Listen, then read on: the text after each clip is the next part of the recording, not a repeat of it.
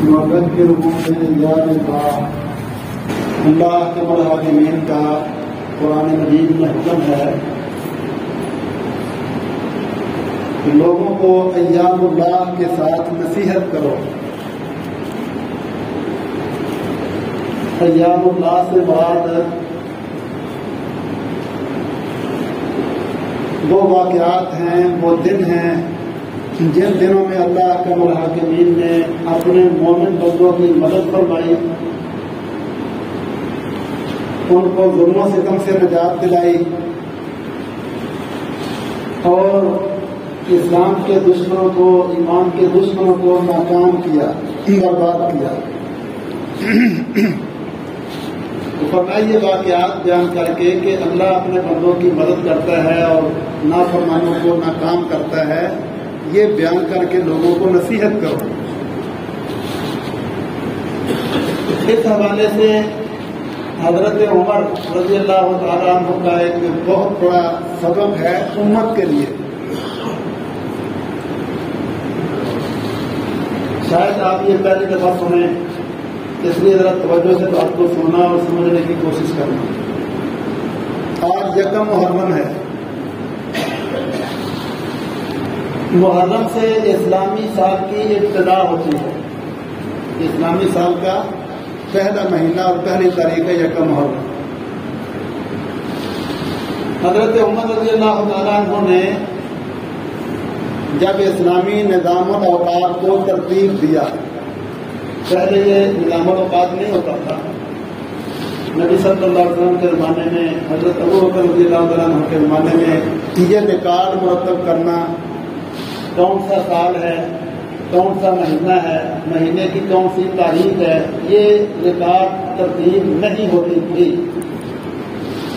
سالوں کو یاد رکھتے تھے لوگ کسی واقعہ کی وجہ سے، وہ سال جس سال ہاتھی والا واقعہ پیش آیا، وہ سال جس سال یہ کام ہوا، وہ باقاعدہ تاریخ کا نظام نہیں ہوتا تھا۔ حضرت عمر رضی اللہ تعالیٰ عنہ کے دور میں جب محکمے بن گئے، پولیس کا، فوج کا، مجاہدین کا، معاملات کا، بیت المال کا، کس کو وظیفہ دینا ہے، کہاں لشکر کو بھیجنا ہے، فلاں کام کرنا ہے، فلاں کام کرنا ہے، تو اس کا ایک ریکارڈ مرتب کرنے کی ضرورت پیش آئی۔ تو حضرت عمر نے صحابہ کرام کو جمع کیا اور کہا کہ آؤ تاریخ کا نظام مرتب کریں، از سر نو۔ صحیح بخاری میں باب التاریخ ومن این ارخ التاریخ اس عنوان سے ایک باب قائم ہے، اس کے تحت آپ ابن حجر رحمہ اللہ نے فتح الباری کی ساری تفصیل لکھی ہے۔ اب سارے صحابہ جمع ہیں تو حضرت عمر کہتے ہیں کہ کہاں سے شروع کریں۔ کسی نے یہ رائے دی کہ نبی اکرم صلی اللہ علیہ وسلم کی پیدائش سے شروع کریں، حضرت عمر نے اس کو قبول نہیں کیا۔ کسی نے تجویز دی کہ اللہ کے نبی کی وفات سے شروع کریں، اس کو بھی قبول نہیں کیا۔ کسی نے کہا کہ حج سے شروع کریں، اس کو بھی نظر انداز کیا گیا۔ آخر یہ تجویز آئی اور بعض روایتوں کے مطابق حضرت علی کی طرف سے یہ تجویز آئی کہ ہجرت کی بنیاد پر اپنا نظام الاوقات مرتب کریں۔ جب صحابہ کرام نے مکہ سے ہجرت کی اور مدینہ آئے، اس کو بنیاد بنایا اور اس سے آگے جو وقت ہے اس کو پہلا مہینہ قرار دے کر یہاں سے شروع کیا۔ تو حضرت عمر رضی اللہ تعالیٰ عنہ نے اس تجویز کو پسند کیا۔ کیوں؟ یہ ہجرت والی تجویز کو کیوں پسند کیا؟ حضرت عمر بڑے دانا آدمی تھے، بڑے دور اندیش تھے، ملہم من اللہ تھے، اللہ کی طرف سے ان کے دل میں بات ڈالی جاتی تھی۔ کئی مسائل ایسے ہیں جن میں حضرت عمر نے اپنی رائے دی اور بعد میں اللہ نے اسی کے مطابق قرآن اتارا۔ تو حضرت عمر رضی اللہ تعالیٰ عنہ کے ذہن میں یہ بات اس لیے آئی کہ اگر ہم ہجرت کو بنیاد بنائیں گے تو قیامت تک آنے والے مسلمان جب نیا سال شروع ہوگا تو ان کے ذہن میں سوال آئے گا کہ ہجرت کیا ہے۔ یہ ہجری سال ہے نا، سوال اٹھے گا کہ ہجرت کیا ہے، پھر وہ ہجرت کو پڑھیں گے اور جب ہجرت پڑھیں گے تو دو سبق ان کو ملیں گے۔ ایک تو کافروں کے ظلم کہ مکہ کے کافروں نے کس قدر ظلم اٹھائے محمد رسول اللہ صلی اللہ علیہ وسلم پر اور صحابہ کرام پر، جن کو ساری زندگی صادق و امین کہتے رہے، جن کے اخلاق سب سے بلند تھے، کردار سب سے اعلیٰ تھے، پورا عرب جن پر ایک اعتراض نہیں کر سکا، صرف اسلام کی وجہ سے ان سے دشمنی کی گئی تو امت کے دماغوں میں یہ بات آئے گی کہ اس دنیا میں کافر اللہ کے دین کے دشمن یہ دہشت گرد ہیں، بد اخلاق ہیں اور ظالم ہیں، ان سے نفرت پیدا ہوگی۔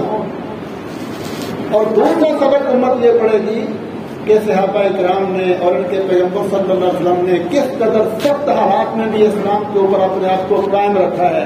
ان کے ایمان بڑھیں گے، اللہ پر یقین پختہ رہے گا، حوض پہ بلند ہوں گے۔ یہ دو سبق امت کو ملیں گے، کافروں سے نفرت اور ایمان والوں سے محبت، جس کی بنیاد پر ان کے ایمان پختہ ہوں گے، ان کی سوچ بلند ہوگی۔ ان دو سبقوں کو امت تک پہنچانے کے لیے حضرت عمر رضی اللہ تعالیٰ عنہ نے ہجرت کی بنیاد پر یہ نظام اوقات مرتب کیا۔ آج پہلا دن ہے، حضرت عمر رضی اللہ تعالیٰ عنہ کی سوچ کے مطابق چاہیے تھا کہ امت اس وقت ہجرت کو پڑھتی، ہجرت کو سمجھتی، صحابہ اکرام کے حالات، نبی اکرم صلی اللہ علیہ وسلم کے حالات، پھر کافروں کے دہشت گردانہ چہرے دیکھ کر ان سے نفرت پیدا ہوتی، صحابہ اکرام کے ایمان استقامت کو دیکھ کر ایمان سے محبت پیدا ہوتی۔ لیکن اسلام کے سب سے بڑے دشمن کون ہیں؟ یہودی۔ قرآن مجید میں اللہ تعالیٰ فرماتے ہیں وَلَتَجِدَنَّ أَشَدَّ النَّاسِ عَدَاوَةً لِلَّذِينَ آمَنُوا الْيَهُودُ، ایمان والوں کے سب سے بڑے دشمن یہودی۔ یہ بڑے مکار سازشی لوگ ہیں۔ ان کی دشمنی کی بنیادی وجہ ہے مسلمانوں کو اسلام سے دور کرنا ہے، ایمان سے دور کرنا ہے، کیونکہ ان کے دل میں حسد ہے۔ وہ یہ سمجھتے ہیں کہ اگر لوگ محمد رسول اللہ صلی اللہ علیہ وسلم کی فرما برداری کریں گے تو ہماری بےعزتی ہے، اور ہمارے طریقے اختیار کریں گے تو ہمارے دلوں کو ٹھنڈ پڑے گی کہ محمد دنیا پر غالب نہیں آیا، ہماری تہذیب اور ہمارا کلچر دنیا پر غالب ہے۔ یہ حسد ہے ان کا۔ ان ظالموں نے یہ پروگرام بنایا کہ کسی طرح حضرت عمر کے اس سبق سے امت کو واقف کیا جائے۔ بات سمجھ رہے ہیں؟ یہودیوں نے یہ پروگرام بنائے، یہ سازشی لوگ ہیں کہ کسی طرح عمر جو سبق پڑھانا چاہتا ہے نا امت کو، پوری دنیا کے مسلمان کافروں کے چہرے پہچان کر ان سے نفرت کریں اور ایمان کی پختگی کے اوپر کھڑے ہو جائیں، تقوی والے بن جائیں۔ یہ سبق امت کو نہیں ملنا چاہیے۔ اب اس کے لیے انہوں نے کیا کیا ہے؟ ایک جھوٹا بہانہ گھڑا اور اس پر رونا دھونا شروع کر دیا۔ محترم بھائیوں، حضرت حسین کی شہادت کے ساتھ اس رونے دھونے کا کوئی تعلق نہیں ہے۔ حضرت حسین کی شہادت کے ساتھ اس پروپیگنڈے کا، اس رونے دھونے کا کوئی تعلق نہیں ہے۔ عقل ہے نا اللہ، آپ سوچیں اگر یہ حضرت حسین کی شہادت پر ہوتا تو وہ تو شہید ہوئے 10 تاریخ کو، تو یہ 10 کو رونا شروع کرتے اور آگے جتنا لمبا رونا ہوتا رو لیتے ہیں۔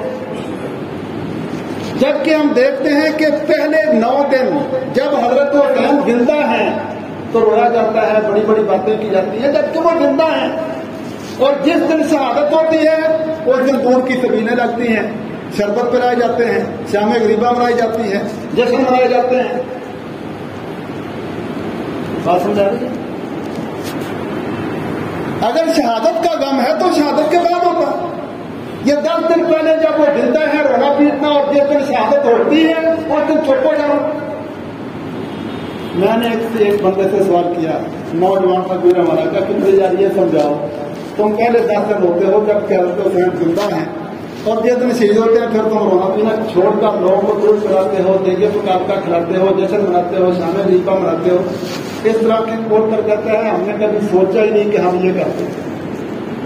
اصل میں اس کے پیچھے یہودیوں کا کردار ہے تاکہ اس پراپیگنڈے میں امت کو مبتلا کر کے وہ سبق حضرت عمر والا چھوڑا دیں۔ یہ بیچارے استعمال ہو رہے ہیں، یہ بیچارے استعمال ہو رہے ہیں سازش میں پھنسے ہوئے، ان کو بھی سمجھ کوئی نہیں ہم کیا کر رہے ہیں۔ تو مسلمانوں کو بصیرت والا ہونا چاہیے۔